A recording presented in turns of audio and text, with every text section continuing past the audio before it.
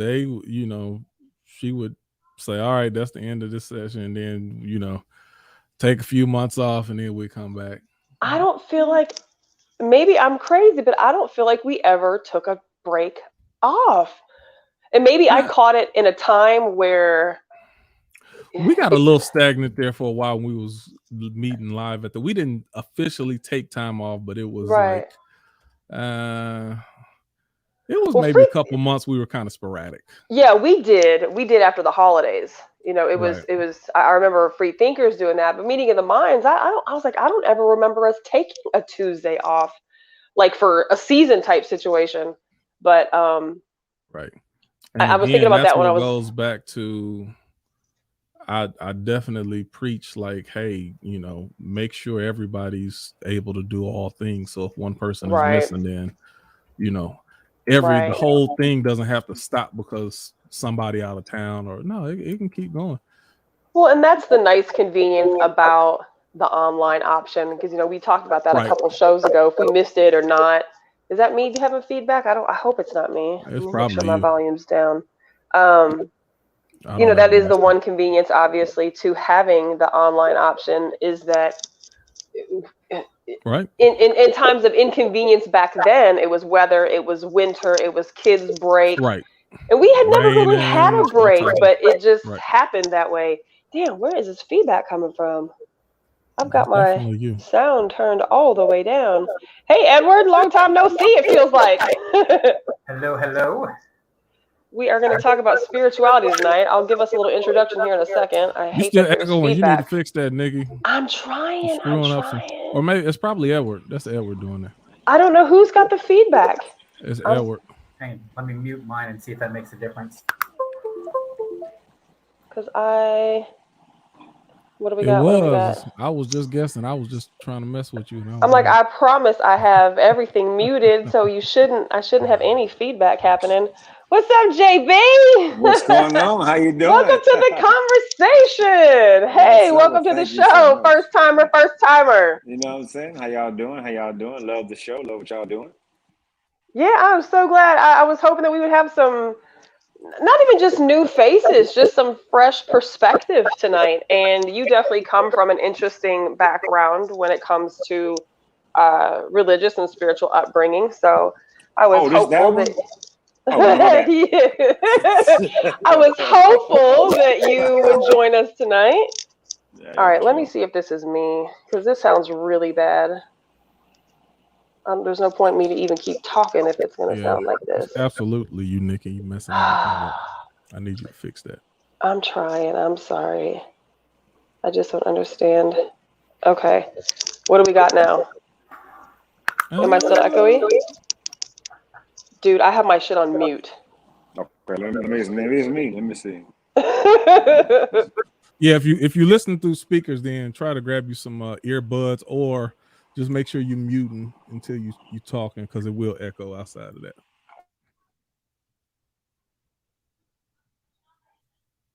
Yeah, see, I don't hear no more echo, no more. Yeah. Damn, it was me. Fucking I keep blaming bro. You, Nikki, for everybody. Yeah, I wish you could blame it on me, yo. Yes. All right. So the echo is gone. It's a little bit after 8:05. What do we got? 8:09. So we're starting a few minutes late. But welcome to the show tonight, y'all. We got who else is that over there?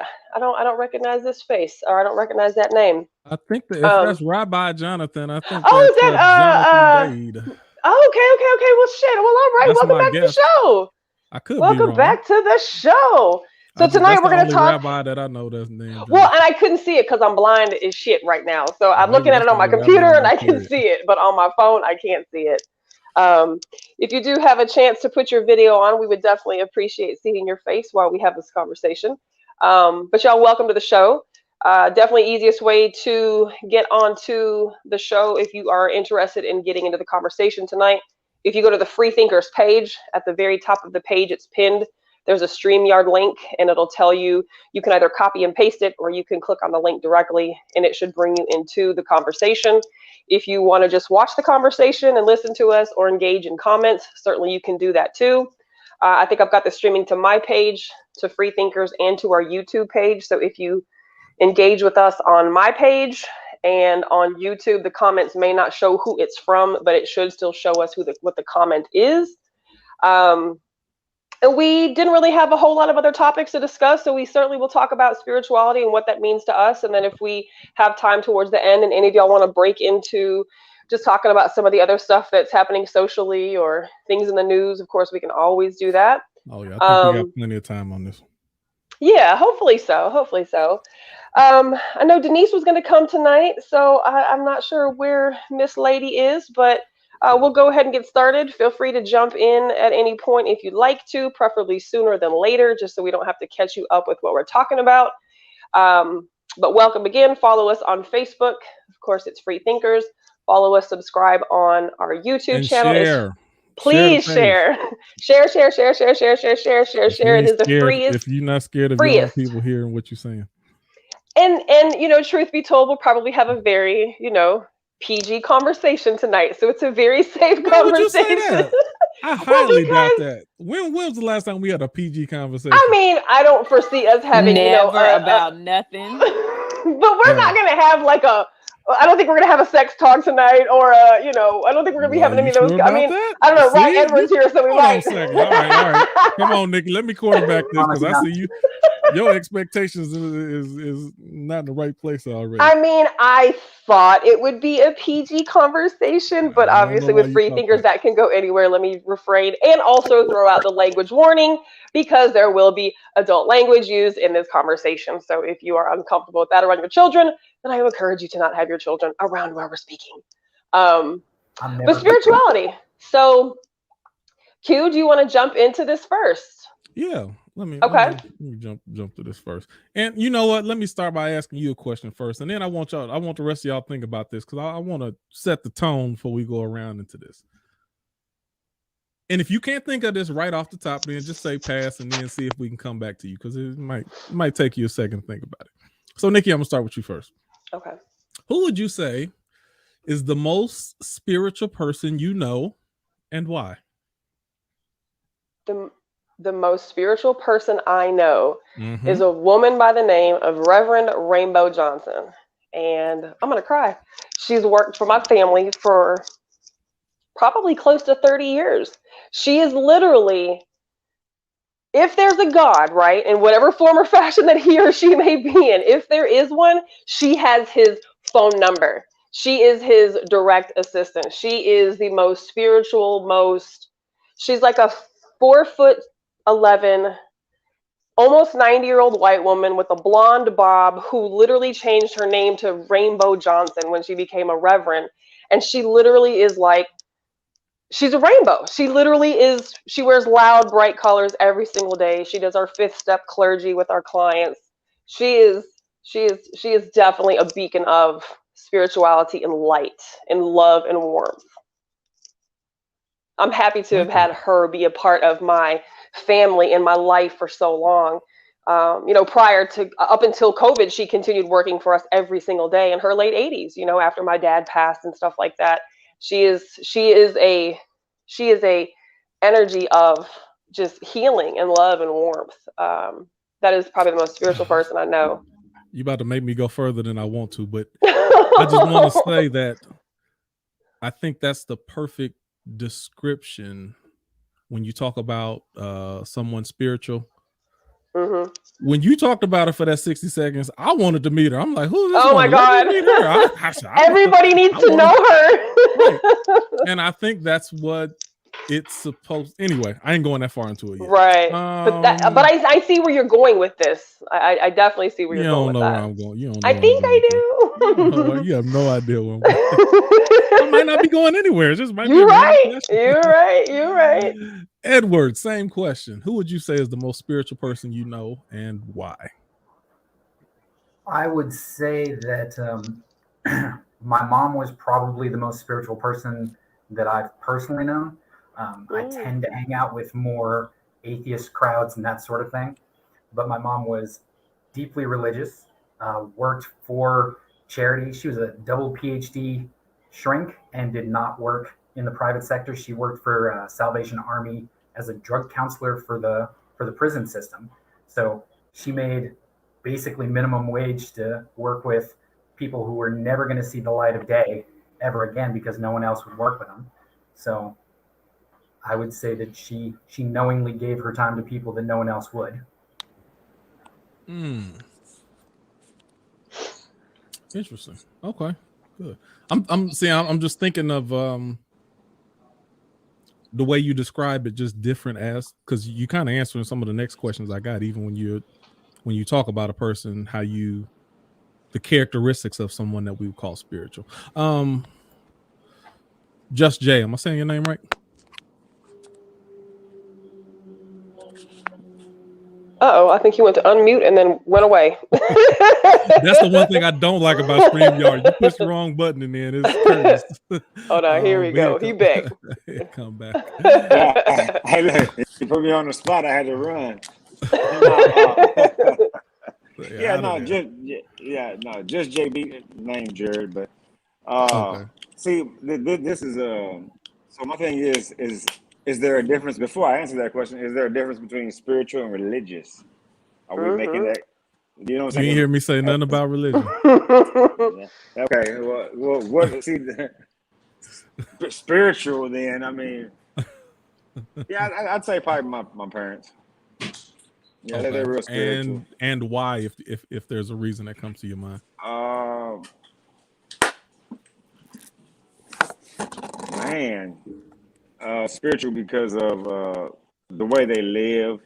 Because not in a holistic form, but like as far as spiritual people, like, being believers, you know what I'm saying? Because I believe if you believe in anything, you're kind of spiritual, really.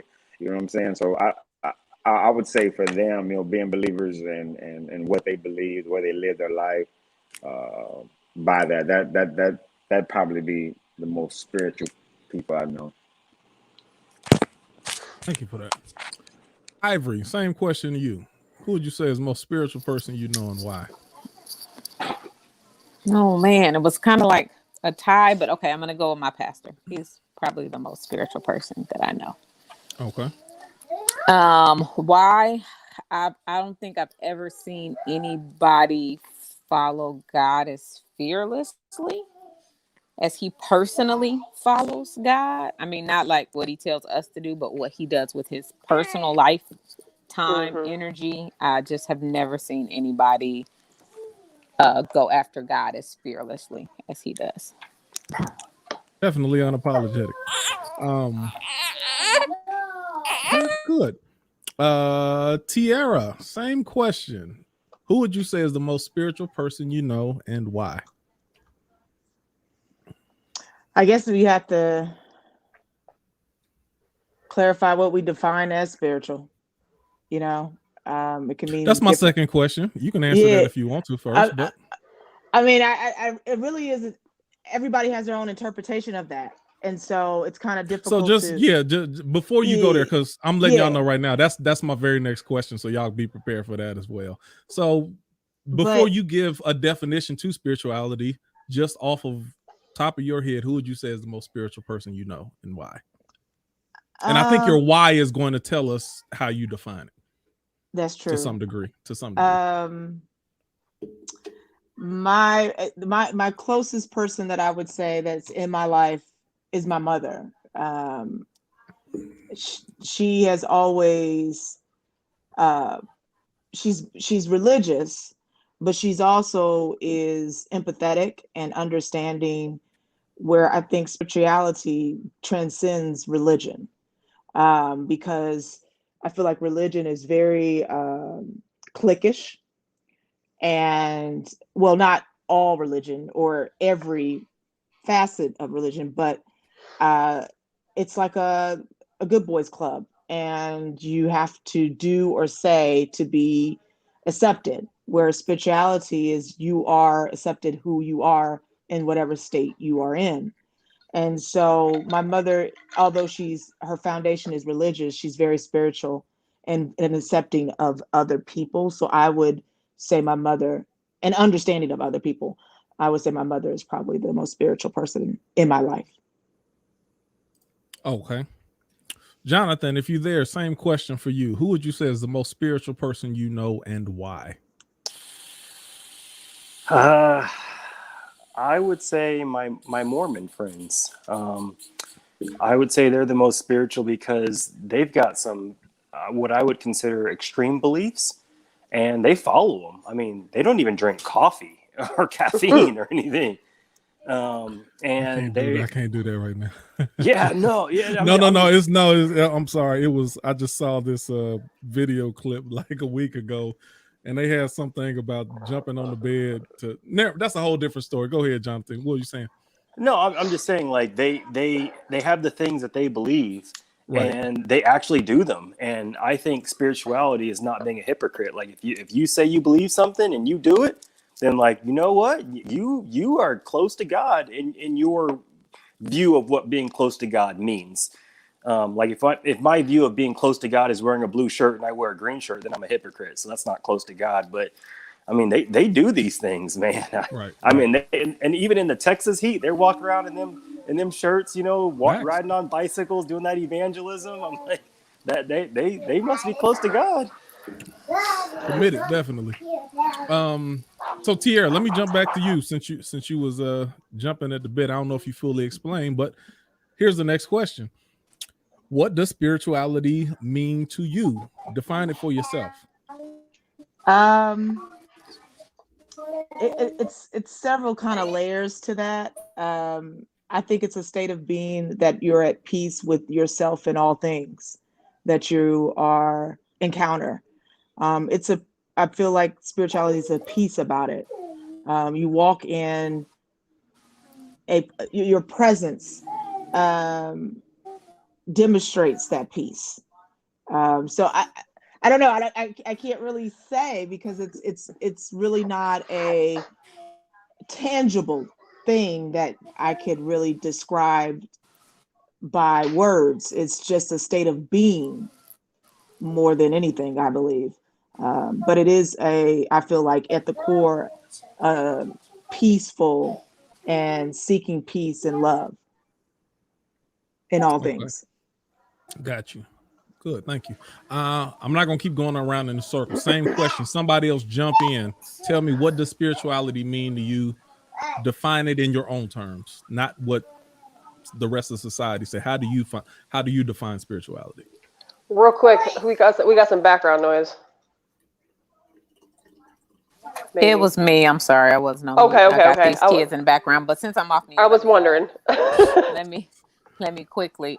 So when I think about spirituality, I think about an unseen, like spirits. It's unseen, and so spirituality being that you connect to what's unseen, that's beyond you, outside of yourself, and that you have learned how to connect to what's beyond you, that's unseen. Anybody else? Anybody else have a different view on it? Yeah, for me, spirituality is definitely a connection. I don't identify it at all parallel to anything religious. I don't think that religion and spirituality are at all in the same boat. And I guess I was raised in a spiritual. That's how I was raised. I was raised with spirit. I was raised with higher power. I was raised with that dynamic. I was not raised with religion in my life. And so for me, when I think of spirituality, I don't think about it so much as even like a connection with God per se, he or her, whatever that may be. It's just it's an energetic connection it's just a feeling. Like there is no male, there is no female, there's no tenets, there's no what you must or must not do. It's what you tap into. You know, we used to always tell our clients, you don't have to believe in God, but if you believe in a higher power, you know, it may be whatever that is. It could be a tree. It could be whatever higher power is for you. And I realize that there are obviously people who don't believe that there is a higher power, and that's fine. This is obviously in the context of people who do identify with some type of higher power, some connection to a source other than ourself, you know, that is higher than self. And so for me, spirituality it's an energy, it's a feeling, it's a connection to universe. It's a connection to that energy. It's a connection to that return on goods. If I put good out there into this universe, good returns. If I put bad out there into this universe, usually bad is going to return. So somewhere for me, that's where the spirituality and the energy and the universe all kind of connect with each other. I'm far from religious. I don't necessarily know what my beliefs are in regards to what I think God is or isn't, but I 100% acknowledge, my personal relationship with whatever higher power may be. And for me, I guess that's spirituality. Good. I like What you about said higher self, higher than yourself. I like that. I mean, but isn't that, do you think that that's like an appropriate way to describe that when you think about what spirituality is to you? I just said I liked it. Well, I'm not saying appropriate or inappropriate, but would you identify, how do you identify spirituality? What does spirituality mean to you? I definitely, what you said, that would be a part of my definition. Tapping into that's higher than you, and also what Ivory said, the unseen, and also like sometimes it can get deep, or even I guess a little less deep. The existence that goes beyond just your physical senses, taste, touch, hearing, smell. There's another sense that goes beyond that, and also that goes beyond just your that I guess it falls in between, or it can't be clearly defined by intellect, by emotion, by reason, by logic. It's something that taps into those, but it's not quite that. So, like, but it's there, right? But it's there, exactly. Right, it's there. So yeah, kind of between all of that. That's how I view it. Somebody else jump in. I don't know if you guys can hear me. This is a different app for me. I can hear you. I think the last two people that spoke, kind of hit it spot on. And I maybe I'm the anomaly in the group. I mean, religion and spirituality is what I do. This is my full-time job. I'm obviously a minister. It's what pays the bills and feeds the kids. And I went to school for it. I think spirituality is exactly what they said, which is spirituality is belief in something bigger, and then religion is how we do it. So spirituality is kind of like, maybe I believe in being healthy, right? But then religion would be like, do I believe you have to do the keto diet to be healthy, the paleo diet, the pescatarian, vegetarian, whatever the hell else, And unfortunately, when you start getting into the how, that involves people, and we screw it up. And I have no defense for that. So if anyone wants to go down the route of religion screwed up, I'm just not going to fight you. There's no fight to have. But spirituality is just the idea that I could be healthy if I tried hard enough. Religion is, who do I go to make me healthy, if that makes sense. Like, whose diet do I follow? I like that. That was great.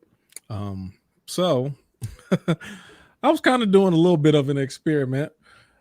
I just tried to talk about spirituality absent of religion as long as I could. And just about 1, 2, 3, 4, just about everybody on here had to mention religion. So because they're not the same, and I think that they deserve. Nikki, hold on. Hold on, Nikki. Good. I'm just saying for me, but no. But here comes my argument. If they're not the same, then why did we have to keep bringing it up when we were only talking about spirituality? Because I think people do enmesh the two. I think people think that they are the same, and they're not the same. I think, and I was going to ask this question to you guys too. I'm glad that you actually kind of did this segue, Kim. Is because I know a lot of you guys did grow up in a religious background and had religious parents, and that's a foundation of your upbringing. Was spirituality something that was discouraged because of duty to religion? Because I know that I feel like that's been something that I've heard many times. People like make jokes about people like me who identify as spiritual, but they're generally religious people, and like there's just something wrong with me because I'm identifying with that versus the alternative. So for those of y'all that grew up in a much more religious background, was spirituality shunned? Was it even discussed? I think you asking the question backwards already, because why? When you say, was spirituality discouraged because of religion, anybody who's religious, they believe that their religion is the primary source through spirituality. So they never even consider that discouraging spirituality. Anything that you do absent of that religion would discourage spirituality. But anyway, somebody else can answer. I'm just telling you from my perspective. So, Nikki, to answer that question from kind of an odder point of view, my family was extremely religious. They were Roman Catholic. So my family's 100% Irish, and then they stole this brown boy. But they were raised with 3-hour-long mass, all in Latin, didn't pay any attention to what was going on. You just did it out of, that's what you do, right? So when Q is all talking about how they just assume you have to have that, my family never considered spirituality and religion to be connected because they never gave any thought to either.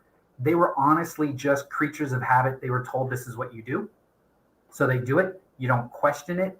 And these were smart people, but they'd been raised with such strong ideas of you don't question, you just do this. And this is how it is. So, Edward, are you saying that your family didn't consider themselves spiritual people? They never gave it. So I know for a fact they never gave it any thought because until a certain point, I'm the reason why they gave it thought. So I got kicked out of the church when I was 10.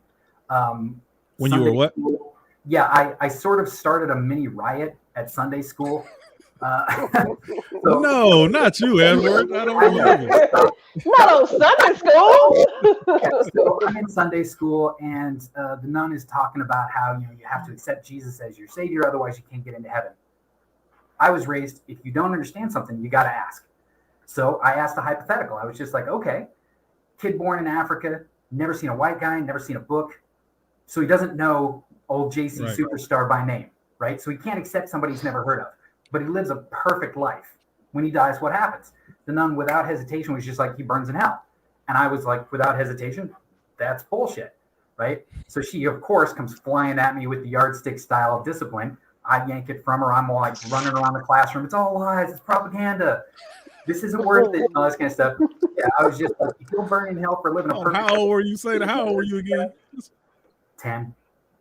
Oh, yeah. I was running around making a ruckus, but in my opinion, free thinker early. If you could live a perfect life and God would still throw you into hell just because you'd never heard of this white boy's name, I was just like, there's no way I can believe in that God being a loving God.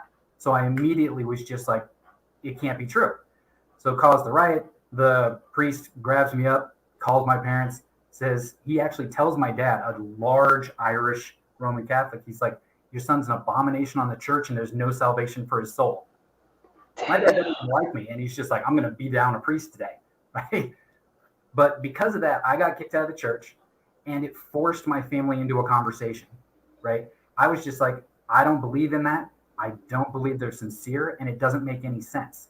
You can't love all your creations and then banish people to hell for, trivial crap. So my family was just like, they openly admitted we'd never really given it any thought. We just always go to church. So they let me go to every other religious denomination that we could find, sit through a thing, and actually arrange to meet with the rabbis and the various people to grill them and ask as many questions as I could afterwards to try and find something that made sense on a spiritual level. And that's cool. Spirituality before that. That's cool. At least they gave that. At least they gave that open window. Yeah, I mean, my mom was a double PhD shrink. My dad was, a cop. They weren't dumb people. They were just, they'd never actually stopped to think about it. They just were born and raised with religion the way it was and never give it any thought. I'm gonna take it back. That's good. Yeah, that's Go crazy. ahead, JB. He was crazy. I'm gonna take it back to spirituality, because of course I think people of color, we always put those two together. I think most people do. I don't know if it's just people of color, but we put religion and religion is the institution. My parents were religious, but I also was taught, spirituality, and because like mentioned before from Miss Ivory, Nikki, everybody, it's a higher connection. You know what I'm saying? And being spiritual meant more being like God, or being that higher figure. So spirituality was never shunned upon. My parents were Jehovah's Witnesses. That's my whole family. They were all Jehovah's Witnesses. So those were my spiritual and my Christian examples. You know what I'm saying? And it was never shunned. I mean, it was you want to be spiritual. You know what I'm saying? You want to develop that relationship with God and not just not and be more, you know what I'm saying, be more. But doing so, you build your spiritual, that when you go to a religion, to a facility, a church, whatever you call it, Kingdom Hall, you're going there for spiritual food, so that you become more spiritual. So I think the text of spirituality, it does depend on the person and how they were raised. You know what I'm saying? Ooh, okay. So you just you kind of tapped on something for a question that I had. Did anybody else want to chime in on Nikki's question before I go back to what JB said? The spirituality shunned or discouraged over a religious principle. Right. Oh, I would just say, I think it's what somebody said earlier. Spirituality was encouraged, and encouraged that inside of this religion, you will learn how to be even more spiritual. And I think it really depends on your parents, to Edward's point, and like how they view it. Like my mother had a spiritual conversion experience when she was an adult. And so it was not a religious kind of experience for her, because she had a spiritual experience with God that was really real for her, outside of just, this is what we do. And so I grew up with her influence, which was a very spiritual influence. Yeah. So yeah, some of that depends on what type of religious background you come from. So Kojic, it don't get much more. In their minds, they are the spiritual authorities on everything. Creme de la creme of the spirit. Apostolic Church of Holiness. That's and then you have it on different sides. Like, what Edward talked about. Depending on how you look at Islam, that could be considered spiritual or really not, because a lot of that is so much more works based, compliance by works. So okay, so back to what JB kind of said, and I want to tap on that a little bit more. How does a person learn to connect more with their spiritual side? So if you believe, well, let me back up first. I got two. Who would consider themselves spiritual people? Anybody not consider themselves spiritual? Okay. Tiara, JB, you said you don't consider yourself spiritual. Sometimes I think the labels really impact what. How would you define it? How would you redefine what I just said? Do I believe in a creator or a higher self, or a greater presence? Yes. I don't consider myself with the labels as much as people will say they're spiritual, they're Christian, they're Catholic. I think a lot get lost when you start to label something and make it kind of fit into a box. So spiritual could be pretty general though, right? You can be spiritual without having. I thought that was I thought that was always the safer, category to, if you're going to be in one. Like spiritual is like the encompassing all things. That's kind of how I always thought spiritual was looked at, as y'all too free willy-nilly over there. Y'all don't have enough rules. Also, when a person identifies themselves as spiritual and not Christian or Muslim, and then it's like that in itself tells a lot to me. Like, because you're kind of saying that I don't subscribe to any specific religion exclusively. That's usually what I get out of that when someone says either I don't subscribe to it at all, or even if I do, it's not the end all be all. That's the way I read into it when I hear people say spiritual. But anyway, you can define it for yourself. Go ahead, JB. I used to take that as, not to cut you off, my bad, brother. I used to take when people say like, "Oh, I'm spiritual," that mean they want to talk to you. You know what I'm saying? It's like a cop out. Like, it's like saying, "Oh, Jesus." It's like, "Oh, God." Hey, I know I was at the club. I'm good. The way I work in between me and mine, we good. I got an understanding with me and my higher self. It's like Christians when Christians say, "God know my heart." Like, you know what I'm saying? It's like it's kind of like, so it's just a cop out. But I do feel I would say that okay, would I say that I'm spiritual? I mean, I pray, you know what I'm saying, daily. Would I say that, I'm the best role model? Probably not. You know what I'm saying? But as far as spiritual, Hold on, like, pause, do I, JB, pause, JB, okay, pause, JB. I feel like, and I could be wrong, I feel like sometimes people, and even yourself in this instance, you could feel free to label yourself however you want to, but sometimes, like, I think people look at the outside darts of how someone will perceive you if you say a certain thing, and you be like, well, I pray. Like, do you consider yourself spiritual? And in that case, yes, because I believe in spiritual, because I also believe that, I believe there's a greater being, but I also believe that we're connected. You know what I'm saying? I believe in energy. I believe in that for real. Right. You know what I'm saying? And so that's why I can't do religion now, I guess. But you And know if what you I'm saying? believe we all connected, that has to be a spiritual thing, especially when you And, talk and, about Right. the and, people that you and, don't I know. do, Right. and I do, and that's the truth. Tierra, we didn't. Hold on just a second. I'm sorry, Tierra.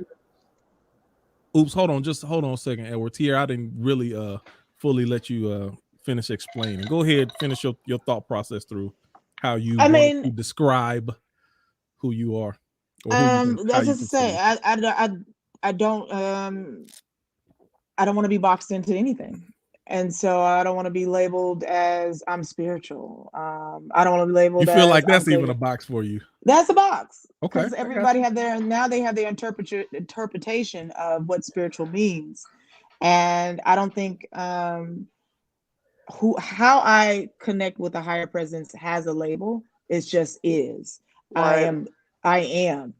And therefore, Okay. And so I used to say I was spiritual and I used to say I was Christian, you know what I mean? But then as I go through life, I believe that why do we need labels to be connected to this higher self? You should just be connected. You shouldn't have to have a label that says, hey, if I love the Lord, why do I have to have a label to say I'm a Christian? If I am spiritual, why do I have to have a label? I just am. I demonstrate it. You know what I'm saying? I'm being that. So that's just my take. All right, Ivory, I'm gonna get to you in a second because I got a question for you. Pick at you a little bit. But Edward, what were you gonna say, sir? Kick on.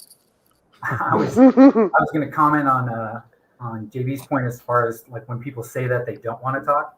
In my circles, we actually like use it as a way to really get the conversation started, because I hang out with people who we debate all the time, and we do have a differing opinion as far as like it's not black and white. There's a lot of area in there. So we start off. I have people ask me, "Are you spiritual?"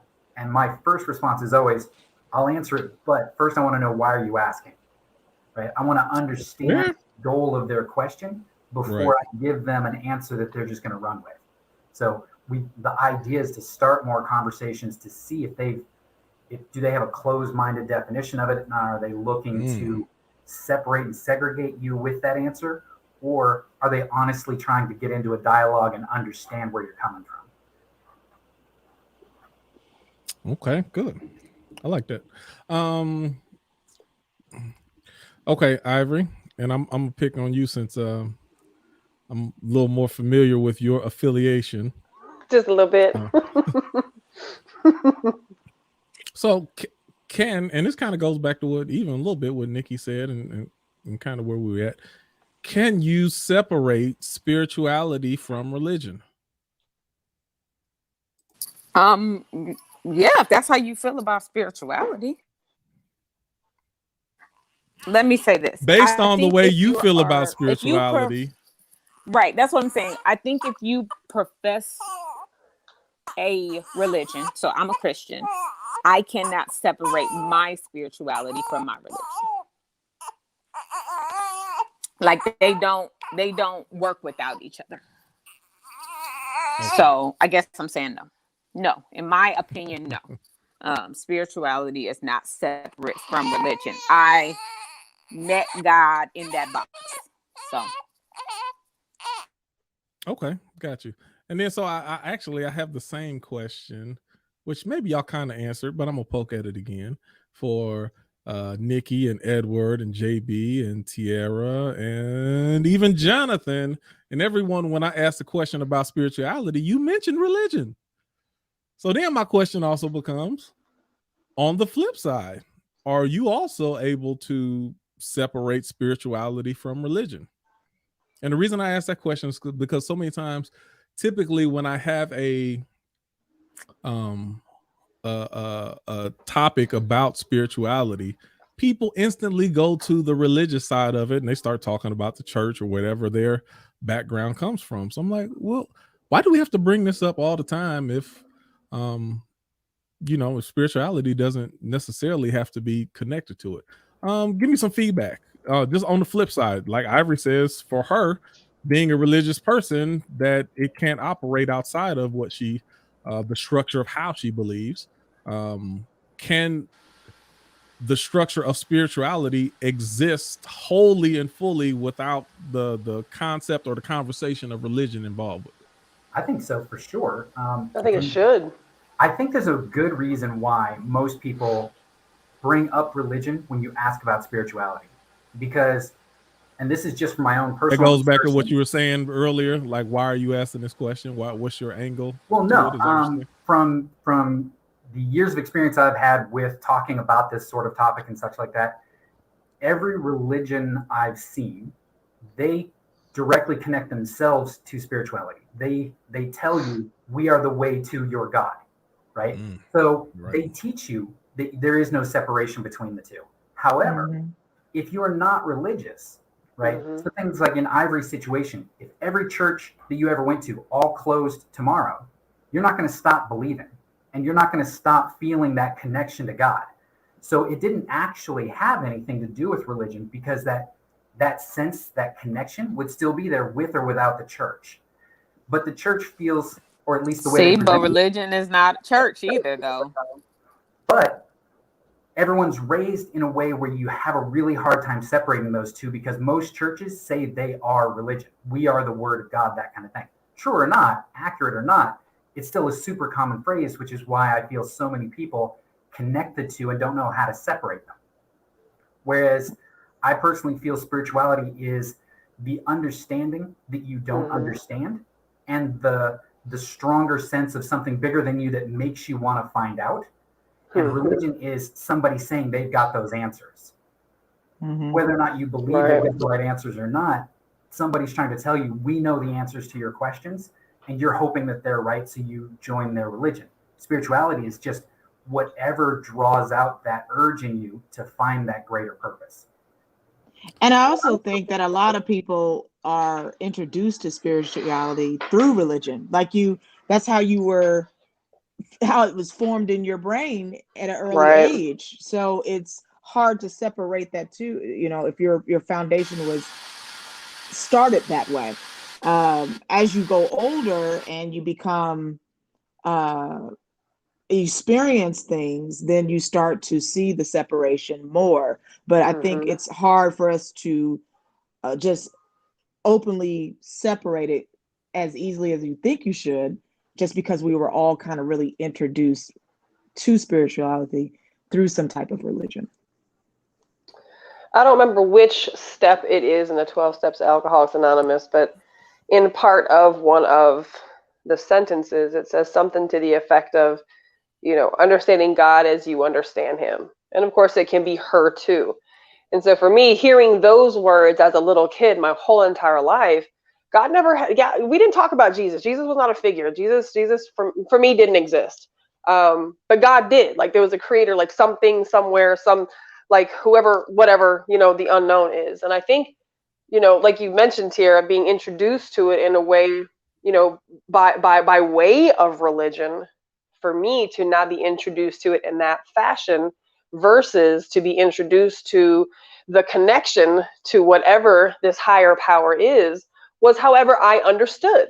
So if I understood whatever this God was, or if I understood however higher power was to be whatever that was to me, the connection was made, the sense of self was acknowledged, and that was it, and it just left the door open for the ability to not have to put a label on it, to not have to say, oh, I identify as this religion, or we do this or we do that. I've always questioned heaven and hell and all of these other, tenets of religion, but I've never questioned the fact that, and this is just me, of course, that there is a higher power. There's somebody greater than me, and I don't have to understand who he or she is for me personally to have that relationship.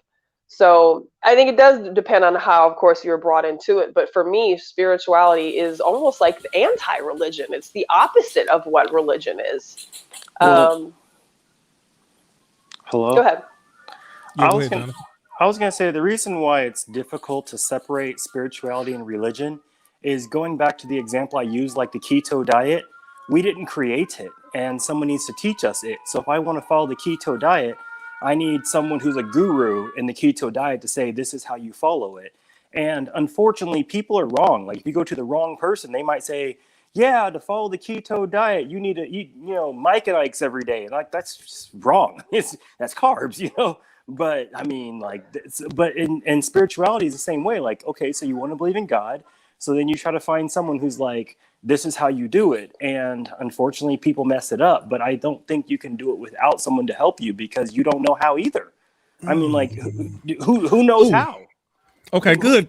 But that's what a spiritual moment is, though. That's what a spiritual experience is not being able to maybe even identify what this is happening right now, but something is totally happening. Well, okay, so Nikki, yes, if you're talking about an experience, but if someone's looking for a lifestyle change, it's going to take more than an experience. It's going to actually have to be a practice involved with it. So, golly, it's two parts I want to go, but let me go here first because this is where I was going, and we might go back to it. So how does a person learn? This kind of goes back to what Jonathan said. If it's not required by religion or some teacher to show you the practice of a certain thing, how does a person learn to connect more with their spiritual side? I think each person's relationship with spirit is different. Each person's relationship, like for me, I can go outside and I can be barefoot and walk in ground, and I feel spirit. I feel the connection. I feel that energy.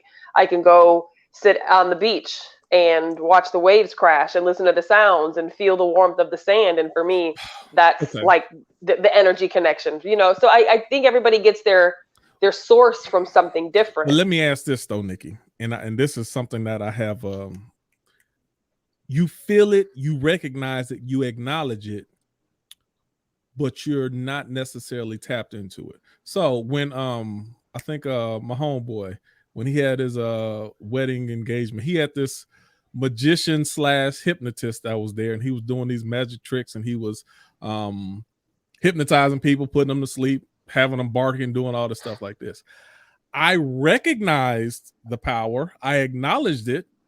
I saw that it did exist, but I didn't know how to do it. I didn't know how to tap into that which he was tapped into. So that's the difference between acknowledging something and actually walking in a practice of something until you and actually making it your own. Go ahead, Edward. So I've got an unusual opinion on that one, just because of the simple fact a lot of people who reject religion do so because of the simple fact that if it were something like I'm teaching you how to hypnotize somebody or I'm teaching you how to do this diet, that's a completely different thing because they can prove that they know what the hell they're talking about. Whereas religion, no one can prove that they have any more answers than anyone else. They can say, oh, this is the word of God, but every other religion says the same thing, and they all say that everyone else is lying. It's not true, Edward, at all. But go ahead. Let's finish. But you're asking, and I think it's a very valid point. If you want to learn how to do something, yes, you seek out an expert.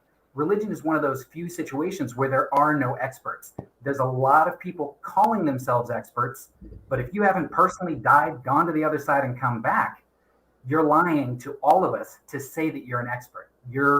There's no research you can do on it. There's no scientific studies. There's no way to say that your answer is better than anyone else's.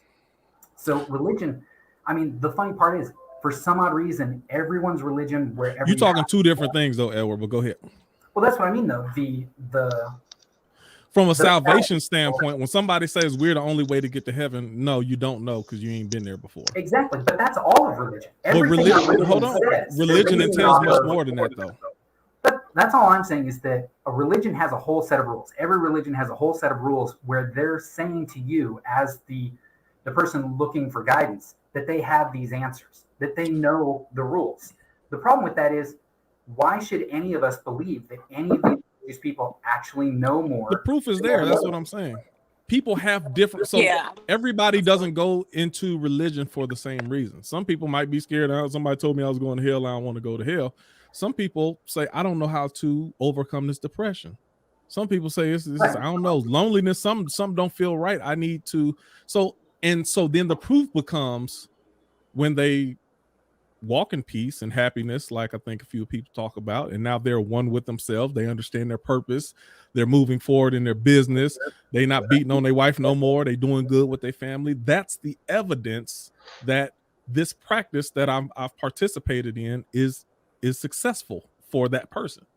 Well, and that's what they could have gotten that through therapy too. And I can just talk about myself. You could. That's what Jonathan was talking about. But that doesn't mean that the other one doesn't work just because you can find it somewhere else. Ivory, I'm sorry, what were you saying? No, I was gonna say I found my spirituality in the context of my religion. So, and for me, I think I said my definition of spirituality was something outside of myself. So I understand people say they're spiritual, and that's fine. But that doesn't work for me like just, oh, well, I'm spiritual without the religious context, because I want it to be completely outside of me. And I feel pretty connected to myself. But to me, that's not spiritual. Like, I can really be connected to myself, my feelings, what's in my mind, which way I think I should go, what I think I should do. But in the context of my religion, I feel spiritual in the sense of I have a framework for reaching higher than my own thoughts and my own opinions about something. And so that's where I find my spirituality, and that's what works for me. Good. Nikki, I stepped on you a little bit. What were you? I'm sorry. Go ahead. What were you saying as far as just how you how you feel, how you connect more with your spiritual side? And I I actually agree with you. I heard you talking about nature, the trees, just a connection with that energy. But I'm sorry, I'll let you speak for yourself. Well, no, I mean, that's really it. Because I don't think that it's not a one size fits all. There, everybody, and I think that for me is the beauty of us, atheist, agnostic, non-believer misfits, right? Is that for those of us that do tap into higher self versus lower self thinking, and higher self versus lower self operating, like, and again, everybody's experience is totally different, but to have something called spirituality makes it a very benign, very ambiguous, very gray, very flexible thing to connect to, because we're connecting to something. A lot of times we don't know what it is. And if you don't come from a religious place, sometimes it's really hard to put your finger on what it is, because you don't know what to call it. You weren't taught it was God. You weren't not taught it was God. You just it's just something that's there. And I think for me, it's just, a lot of people do associate the two with each other, but they're not, because for me, spirituality is almost like a lack of a belief system other than a power greater than myself, and that's just the only way. For me, it's just a very neutral relationship, and there's no wrong way to have a relationship with whatever your connectivity is, as long as you're connecting. But it's something, it's the spiritual component is something. It's not necessarily a God thing. It's not even an actual spirit per se of a dead person, right? Like, it's not that. There's no image for me. There's no male or female. It's whatever that energy source is, that healing, warm energy source. For me, that's what spirituality is. I I don't know. I guess just the need to have to differentiate between spirituality and religion is because I think people who are void of religious beliefs generally have an issue with religious conduct. And so we identify a little bit more with the all knowing, all loving, all accepting connection that you get in a spiritual setting with people versus, the alternative. Right.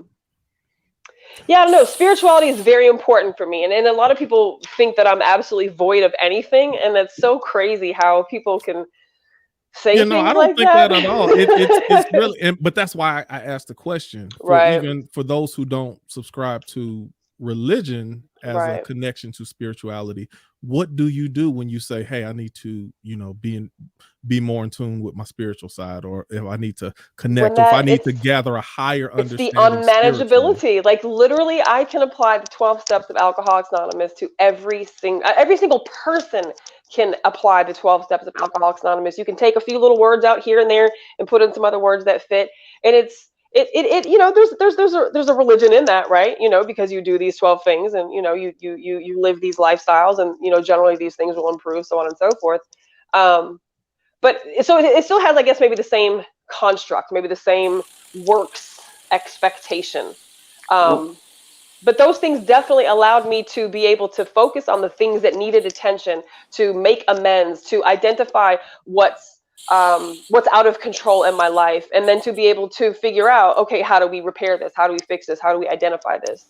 And it's almost like in that work, you get pulled to whatever your energy source is, to connect, to tap into whatever that spirituality is. I don't feel like it's just out there lingering. I feel like it's there. It's just for you to grab it. So, Nikki, I have a question for you. Yes. You say the 12-step process can apply to anything. So I just got back from my doctor today, the oncologist, and I don't have white blood cells. So I produce statistically much, much, much lower white blood cells than the average person. Like basically I'm supposed to have cancer or be dead by now. And they keep sending me to like different tests, and I've done the ultrasound, and now I've got an MRI, and I'm talking to the oncologist, et cetera, et cetera. And they keep saying, oh, you just don't produce white blood cells, but you never get sick. So maybe it's just different for you.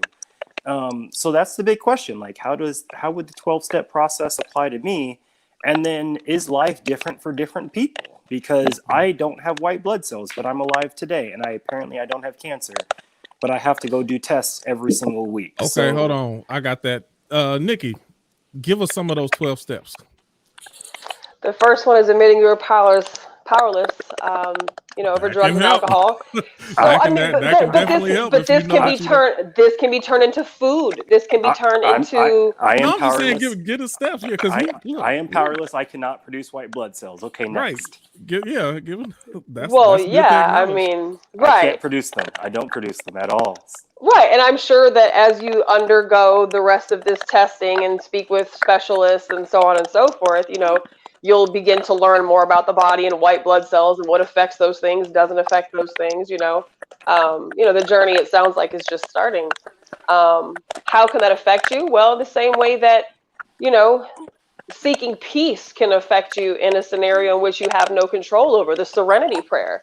Something as simple as, I can't control this, I can't change it, I didn't cause it, I can't cure it, but because I have no control over this, I can either let it furthermore affect my mental health, which is going to affect my physical health, or I serenity prayer this. I give it up. I let go, let God. I mean, there's so many different things. I mean, just to go back to what you said, there's certain practices that you can structure within your day-to-day life, even to focus your mind and focus your thoughts in a way that you can still be productive throughout the day and for the rest of your life, however long your life may be.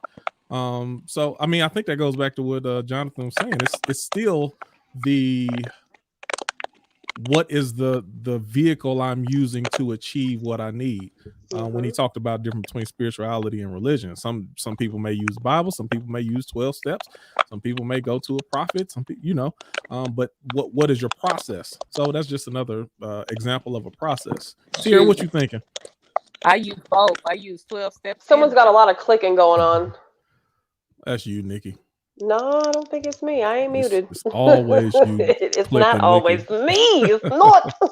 Sorry, T. Ivory said she used both of them. She used the 12 steps and she used the Bible. And right. That's true. Like it's not. Oftentimes those two do go hand in hand. I box and I also practice martial arts. In certain settings, I'd probably lean to one more than the other, and in others not so much. And in some situations, I just grab my gun. No, it's all different. We have options. Right. So that's it. Okay. What were you saying, Tierra? What were you gonna say? I just think like I said, because I've been exposed to a lot of different religions. I've been to the Kingdom Hall. I had to do the rosemary beads in Catholic. My next question. Go ahead. Oh, that's right. You went to Catholic school. That's right. I had been with evangelicals. We used to have an evangelical thing in our home downstairs. We had a big basement. So I've been exposed, and I think you a lot of this stuff is really foundation of being a good human being. And I think that religion teaches you that and how to be a good neighbor. And I think you pull a little bit out of everything. And I think maybe religion got that from somewhere else. You know what I'm saying? Like, I don't know. There's been stories of Jesus in many forms prior to Christianity. So who's to say what is the right way to go? I think we use everything. And when you become spiritual, you just take every piece you can from that tree and apply it and make it your own. And so for me, that's why I say I kind of don't like the labels of it, because in principles, I feel like it's all trying to hopefully achieve the same thing as just being a good human being and a good neighbor. Okay, so you just said something like, yeah, I'm gonna go and ask it. But I do like what you said with that, and I think that's the thing that people should learn. I think the biggest problem with religion is that this way is the only way. Right. That usually is what causes a lot of division, and also because I think in every religion, whether it's books or teaching or whatever, there's gaps. I think if you could learn a lot of good things, like even within a 12-step program. There's still going to be gaps. You can't go to that solely and say that there's never an exception to the rule. There's not other situations that it won't directly cover. Like, there's always gaps, and that's where spirituality comes in, and you need to be in tune with your higher self your floater. Right. And also that, that basic moral guide that even if something doesn't appear right, or if it's not taught correctly, some say, ding, ding, ding, hold on.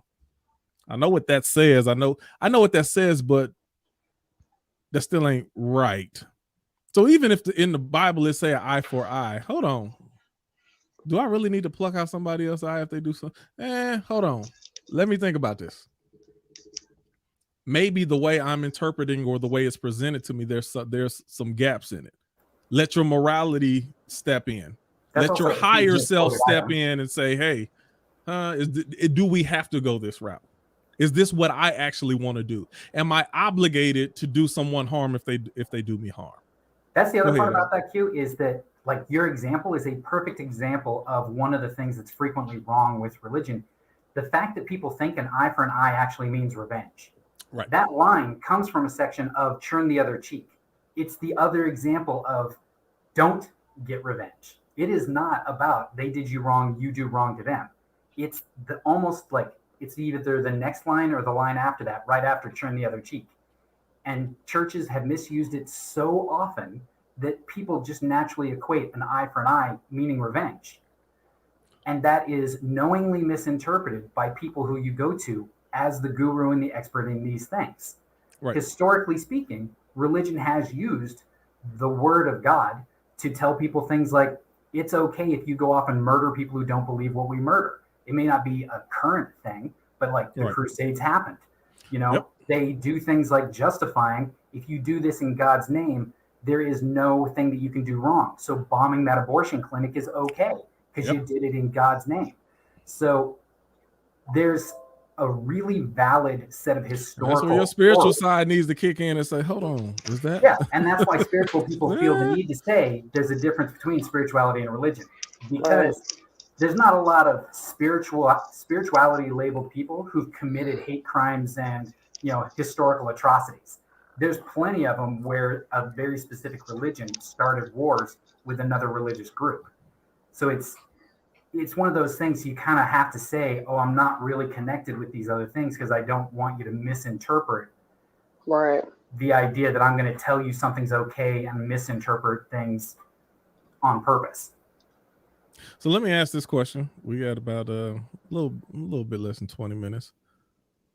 Just asking. You can answer or not. From the outside looking in, what are some of the craziest religious groups that you see just from a distance? You be like, they bat-ish nutty. What is up with that? All the above. All the above. Right. because religion, you don't think there's some more nuttier than others? But I'm saying it's all of them extremes. There's extremes in all religion. I believe like no one really practiced religion in its truest form, because if you did, you'll be in an insane asylum.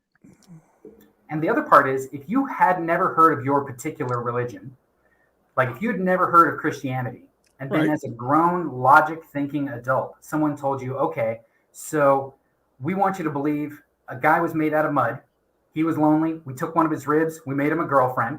They were tricked by a talking snake into biting a magical apple, right? Every religion sounds Looney Tunes if you weren't raised with it. The more crazy it sounds just means you were older before you got to hear the details of their religion. But they're all equally crazy when you actually look at the details. Like, I know that. I ain't asked you to explain my question. I said answer the question. Yeah, well, they're all crazy. Like none of them aren't crazy. Y'all went the weak way out. Goodness gracious. I mean, you can find something crazy with if you go down the list and start with Christianity, then we go to Islam, and then you go to. We can just. I'm asking in your opinion, which one is the most far fetched? Oh, okay, look. Maybe it's easier. Maybe it's easier for me to answer as a Christian or as a religious person. You asking these non-religious people. I'll answer, what religion is crazier. But okay, so we don't of course Christianity is not crazy to me. But even Christianity is not crazy to you? No, Judaism. Hold on. Islam, none of that's crazy to me. But the stories are kind of there's a lot of far-fetched stories in Christianity, in the Bible. Of course. Okay. I'm saying when I say none of these are crazy to me, it's like they have a book, they follow this book, or they have followed generations of teaching in this area. So you can think that is crazy, but oh shoot, you dipped off. She gone. So my question, I'm answering your question by not answering. I'm not going to do that. No, but I will say, if you look at Christianity, and even if you look at religion as a whole, all religions have the same thing: Mother God, Father God, Son God. Like all of them have the same story. And this is a whole other branch, but it's like, why are we to believe the Bible so many years down the road? Good book, great stories, good things. But this is my question too. It's like sometimes I wonder, like, how how Christianity and colonization and everything was brought in. Why are we reading Bibles? You know what I'm saying? Straight up. That's just my question. Like, okay, well. But see, that's still, hold on. Y'all not answering my question. Hold on. It's not a European religion. There's several religions and several dozen denominations all that follow that same book to some degree. So even that's not an actual answer. So I mean, if you just want to say a lot of stuff in Christianity sound crazy, okay, that's the okay. If y'all don't want to answer the question, I was going to answer the question, but my stuff keep going out. I was going to okay, answer. Ivory, go ahead, and then I'm okay. Let me see if I can get it before I go out. out again. So when people make up their own religion and like try to steal everybody's wife in it, that's the crazy stuff to me. Like, hey, y'all can't sleep together no more. Matter of fact, all the women belong to me. That's when I be. That's that Waco stuff. Crazy. Well, that's a cult. I mean, that's the crazy stuff. That's that borderline. That's that borderline cult shit. But all religions steal from other places. Like Christianity, like the story of Christianity derived from dozens of other places, thousands of years before Christ was born, supposedly. Like there are carvings in pyramids of the story of the Virgin Mary kind of thing. Christianity is blatantly historically proven, plagiarized. Almost every holiday was stolen from pagan religions. Easter doesn't have anything to do with resurrection. It has to do with a pagan god of fertility named Easter. I mean, they didn't even try and hide. So if it's regurgitated, you saying it don't make it crazier than other stuff? No, y'all all telling I'm me saying stuff I is know that already. the only reason it I was going to say, yeah. Well, hang on, yeah. All I'm saying is they all sound crazy when it's not your flavor of crazy. But what I'm saying is I want someone from an outside I'm going to say. Tell me. Tiara, go ahead. Tell me. I believe Mormons have magical underpants. They do. Yeah, it's green virginal underwear. Hey, that's funny. Hey, and Tiara, Nation of Islam, it's a spaceship coming for them. Oh, God. Hey. Well, Ivory, we don't even get a spaceship. We just get snatched up. We don't even. In a blinking of an eye, right? A spaceship is more logical than just disappearing. See, that's the flip side to it. Drink the blood and eat the body of somebody every Sunday. Yeah. They're all crazy. The only I mean that's the answer to the question. I think Tiara hit it. They're all of them. Hold on, let me tell you. Hold on. That's the easy way out. Let me get. No, it's not because they all have a belief. They all have a belief in fucking Santa Claus. That we're just like mandated to, follow these rules. From your perspective, the outside looking in, because I want to see other people's perspectives of how they view a thing. Of course, I know I don't view Christianity the same way you do, Nikki. That's easy. So I want to see how other people view certain things. It's great. Like for me, the what's the ones? The Quakers? Is that the ones in Pennsylvania? Oh my God, they're crazy. That's like Looney. The Amish, yes. It all depends on. But what makes them loony? Because they're dedicated to what they believe in and the practice in which they believe in. It's no different than y'all going to church every Sunday. There's so much interference happening in the background. Somebody's got to fix their earbuds, their speakers, their something. It is so hard to hear. I actually look up to, Amish people and Mormon people and the ones who are like, fuck the comforts of society that we've all been indoctrinated with. We're still going with the old school traditional way that we're supposed to go about this, as opposed to, for me, I mean, I guess if you look at it, and I don't know a whole lot about the, denominations of other religions, but just the Christian aspect as a whole to me is probably one of the most throatest concepts, because there's 5 million different ways you can be a Christian.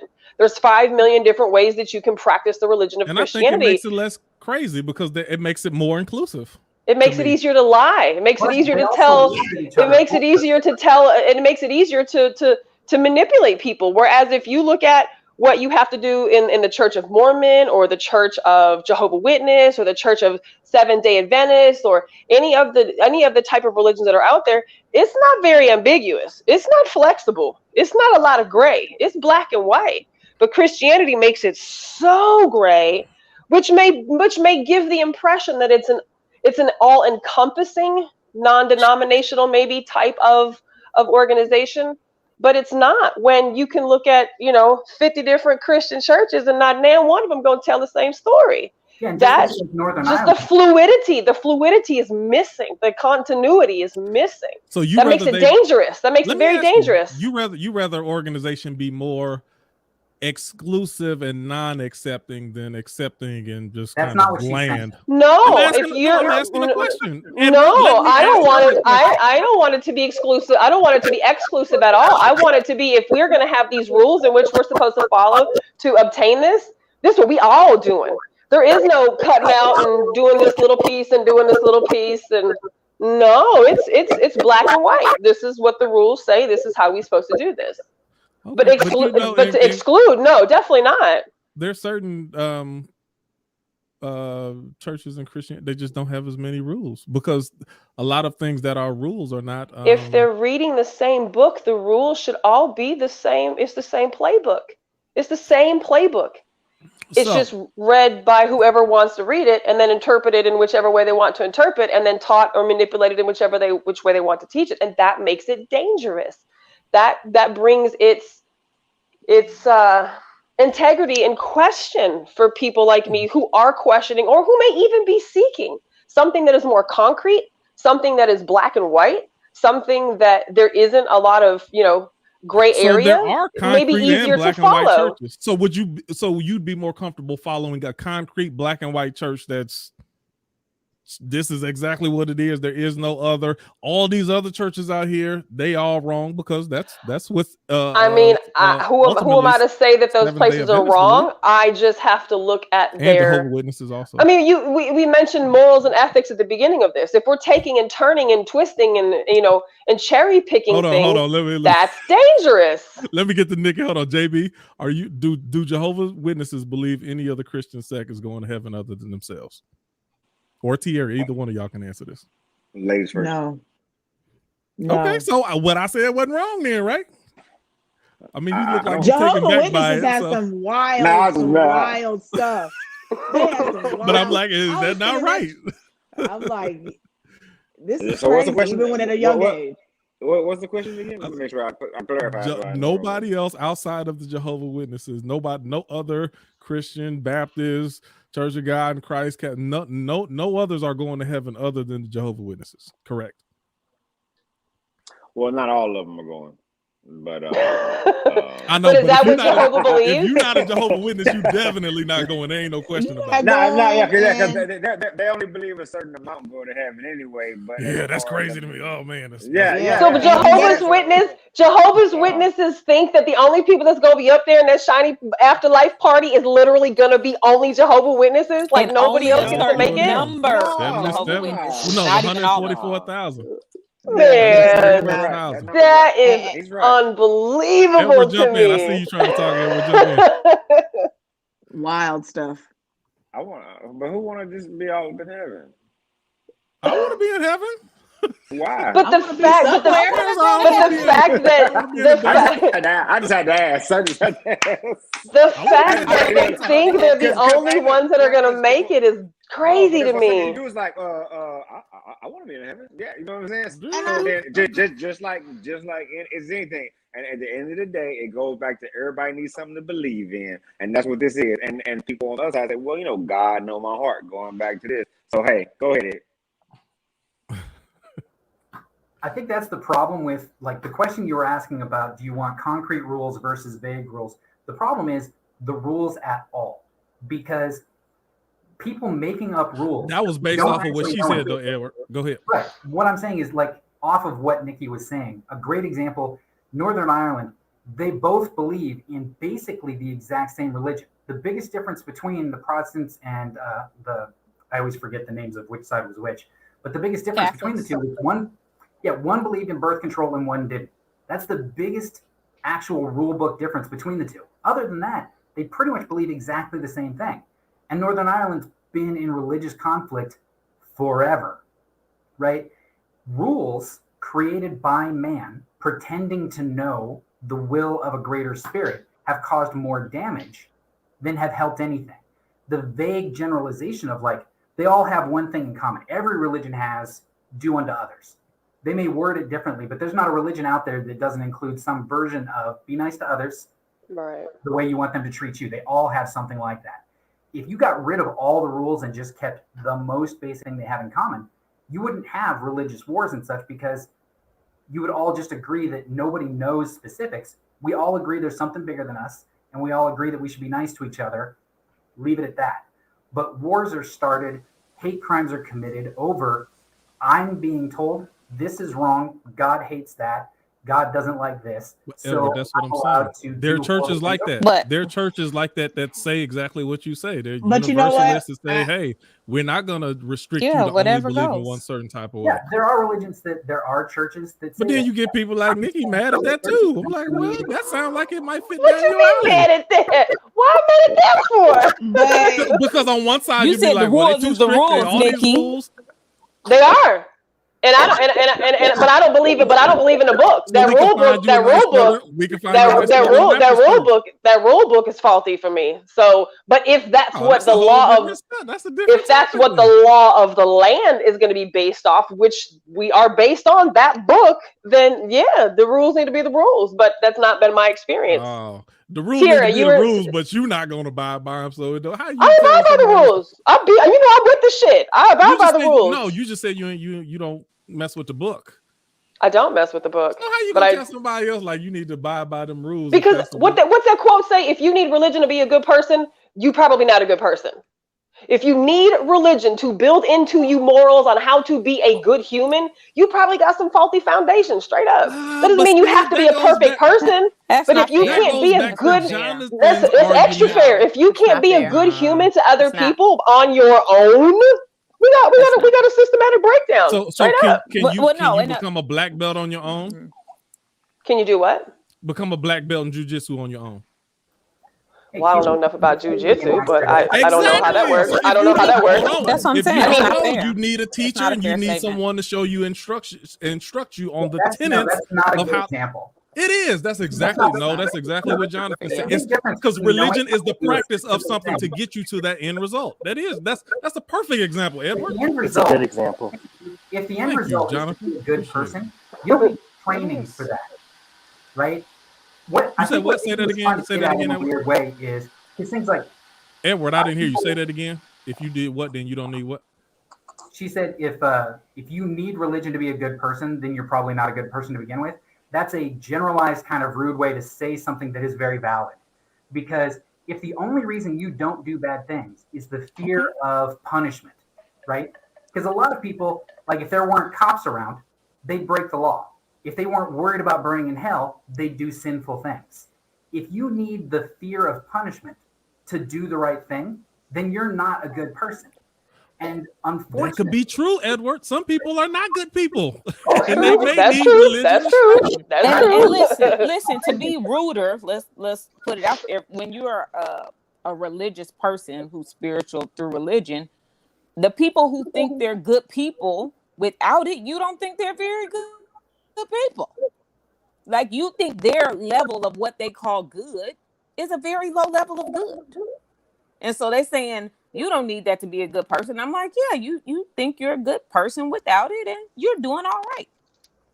And I feel like I'm doing better than that with it.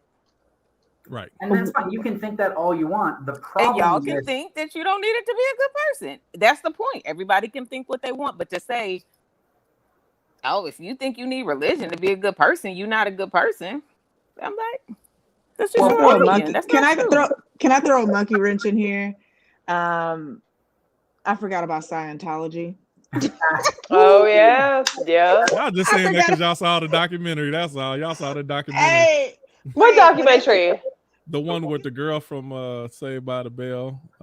It's on Netflix. It's a documentary. Leah Remini, like escaping Scientology or something. Yeah, they're pretty. Oh, I remember. Okay, I remember her being in that too. Her and Tom Cruise or something. Yeah, they were so crazy. I don't even think I'll visit that because I would just Cruise visit is different still there. places. I'm like, I ain't gonna even visit that. They might not let me out, man. I'm nervous about that one. They make people completely like cut their families off. Yes. That's what a lot. Jehovah's Witnesses do that also. Yeah, the Amish. If you leave on Ron Springer and decide not to come back, you're banned for life. If you let go, Jehovah, they excommunicate. Y'all think I don't be knowing nothing? I know a little bit. Nah. We know you know a lot. You got hot this right there. Because you know why? You know why? No, I'm the person when Jehovah's Witnesses come to my door. Oh, come on in. Let's talk. I talk to them. Yeah, I know. And they'll mark you and they'll ban. They'll like mark your heart. They'll mark your house and they won't come back to you after a while. Yeah, that's called do not call list. Yeah, you on that one. Do not call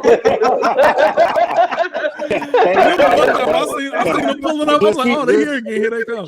And they went to that door. They skipped past my house and went to the next door. I was like, oh, man, that's messed up. It's respect. So do not call for respect. I ain't active, and I can't really speak on active people, but I do remember that. And people are disfellowship because people in life do need rules. I mean, like if you have like Nikki saying the rule book, and if you have these guidelines, it's like an employee handbook at your job. You know you ain't supposed to come there butt naked with a green mohawk and you know. Don't ask Edward to say it's okay to come to work butt naked. Yo, he was 10 chasing the pastor, so he's different. I'm also a manager. I run HR. I would not say come to work naked. Exactly. Oh, let us get in one of those conversations. After 5 p.m. No, goddamn it, it's on the pocket. Edward, there's literally less than 1% different between clothes and skin, so it really doesn't make a difference. You can just come naked. I'm glad to see you, man. That's why I'm messing with you, Edward. Okay. Hey, it's 9:30. Are we gonna close hard? Because I know we went long last time.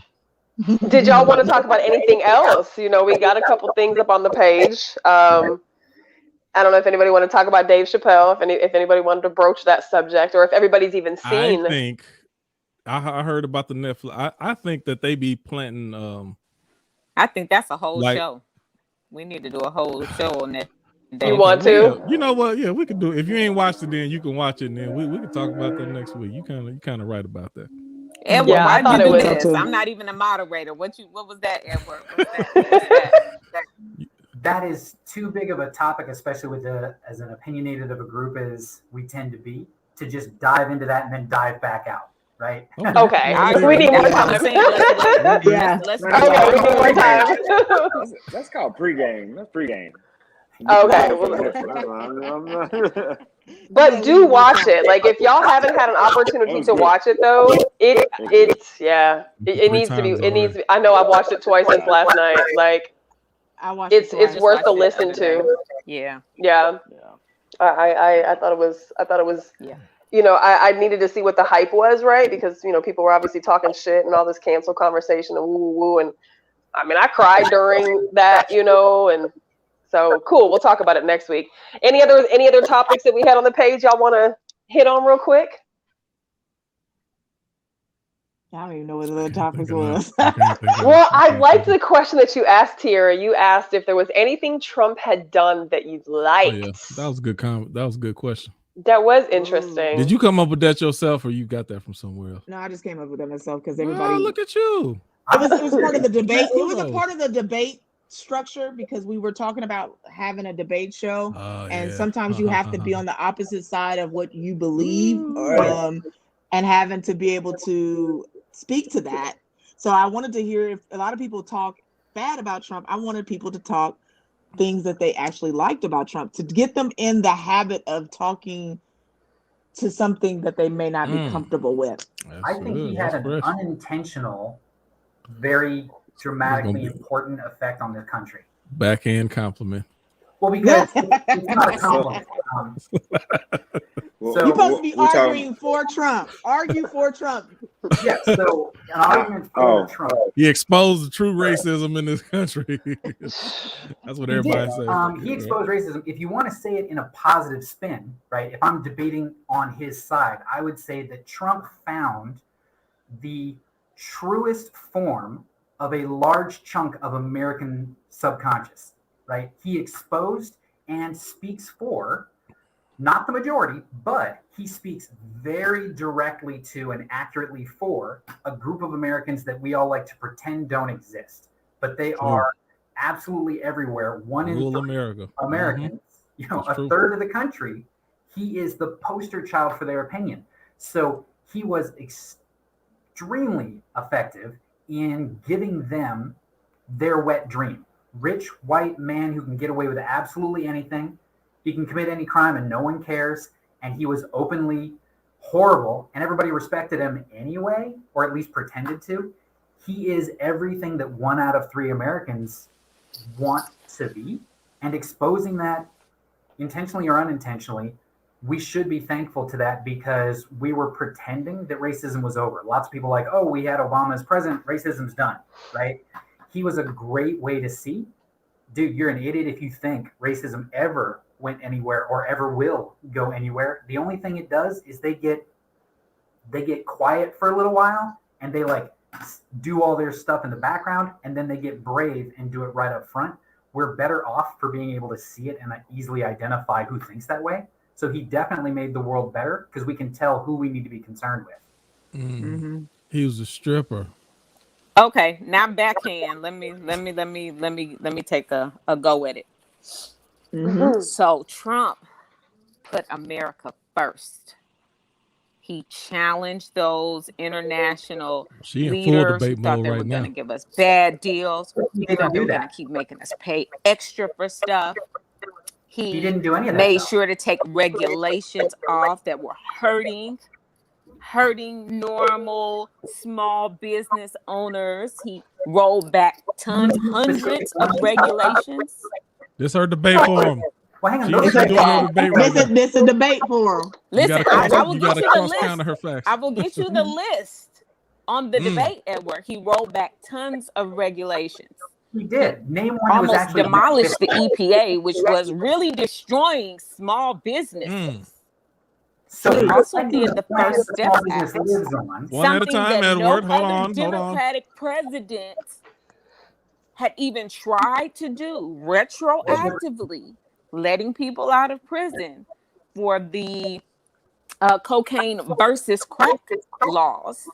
Democrats did not try to do that, and he did it, a Republican president. We have some good things to say about Trump. I'm lying. I'm telling you. Y'all don't want to see Ivory in the easy debate. to do this.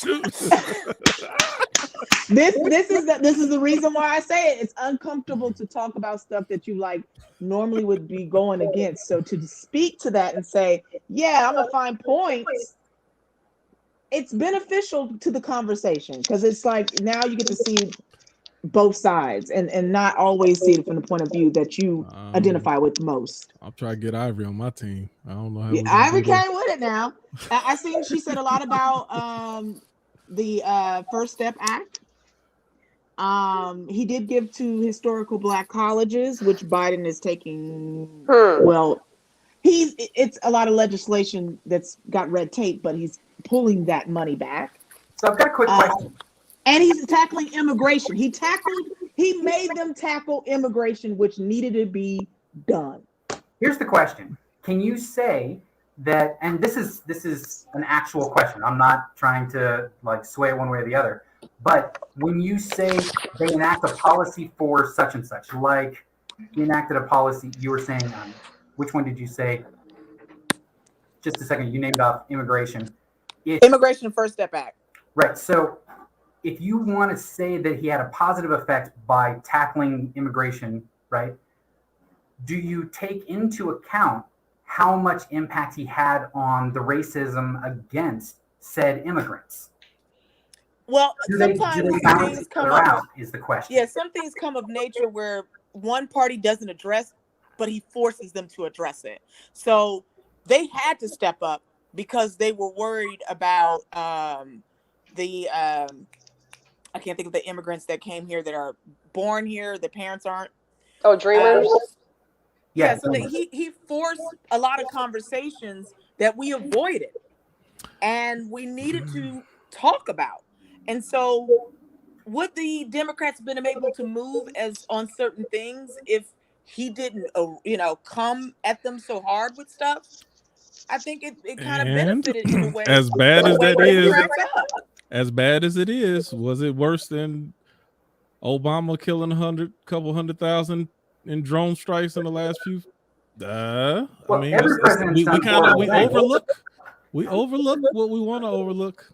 Yeah, I'm not overlooking anything. My question is, because like if you want I'm trying to get in debate mode right now. Go ahead, Edward. Right. If we want to give somebody credit for doing something good, we should be required to look at all of their actions on that same topic. Like if you say he forced a conversation about immigration, but then how many conversations did he have about build a wall and it's okay to kill Mexicans, right? All Mexicans are rapists. So yes, he forced a conversation, but he also forced a conversation that increased hate crimes in America more than any other sitting president in the last 50 years. But you said if we're gonna tell the whole story, is it wronger to call Mexican rapists or kill a couple thousands of kids? Well, see, everybody champions Obama, but them drone strikes was pretty vicious. I'm not championing. I'm just saying he can say he saved people while inadvertently causing many, many other murders. Because how many people? But you can't single him out versus the last 3 or 4 presidents. Oh, I'm not saying any of them. Right, but in the aspect of just the question about Trump, like nobody else is getting a fucking free pass for their human rights atrocities that they've don't mention what Trump did if you're not going to mention what Obama, Bush, and Clinton did before that. But Trump is the topic of discussion. But Trump is the topic of discussion. Yeah, the conversation. Right. Asking about but Trump is the topic of discussion. Now, if we talk presidentially, how many of these fucking terroristic crooks have? When it comes to, the question is about a good president. Was he a good president? What has he done good in the presidency? It wasn't about. You can't get into a conversation about how moral a president should be, because then you do have to go down the line on all of them. Well, so if you want to go down that line, then I can jump in and say that there's plenty more who did a lot worse. All right, so we getting too far. This is a teaser for the debate. Did Trump do anything good? I don't know. All right, so look, Nikki, we got to close up. This is the teaser. This is we're gonna bring together a debate format, and you can see it's gonna be good. Juicy. If you want to get in on it, then you can get in. I think Ivory said we can do 3 and 3 on each side. I'm going to, you know how they do the little random spinners. We're gonna pick a day, do the random spinners as far as which topic. We're gonna pick about 5 or 6 topics, and we'll let it choose on which topic, and then we'll do another one that's gonna split the teams up, and then we'll do another one that chooses if you're for or against. It's all going to be random, and you got to get your ish together accordingly. So yeah, we got that coming up soon. That's going to be good, but I'll let you close out, Nick. Free Thinkers debate team. All right. Yeah, I think so I guess consensus from tonight's conversation, right? There may not be a right or wrong way, right? And it's what works for each person individually. However you have your relationship with whatever your higher power is, spiritual, religious, whatever that may look like, whatever that may be. I just wish that we could get to a place where we, are not shoving the right or wrong down someone's throat and just allowing people to be and live and experience, but join the conversation every Tuesday. Thank you, JB, for jumping in. I know it's your first time coming to the conversation, so hopefully we'll get to see you more in these conversations. Had some streaming issues, it looks like, with a few of us, but tap in. We start 8:05 every Tuesday night. If you have topics that you'd like for us to discuss, just please shoot them to us. We will talk about the stuff that maybe you want to see us talk about. If you are ready to pull the trigger and get in on these conversations, join the Free Thinkers Facebook page. Also follow us on YouTube. Subscribe, share. We would love for one day you to be able to be a part of our success by way of, man, I share them people every Tuesday. I've been listening to them people every Tuesday. I've been watching that crazy ass page every Tuesday, so share this page, invite people to the page. We really do have passionate, spicy conversations, but this is what we do. And these conversations are so necessary. We get such great feedback from friends and family after we air these shows. So, really and truly, please give us your ideas, support us any way that you can, and we will see you next Tuesday, 8:05. Y'all have a good night. Convo. Good night.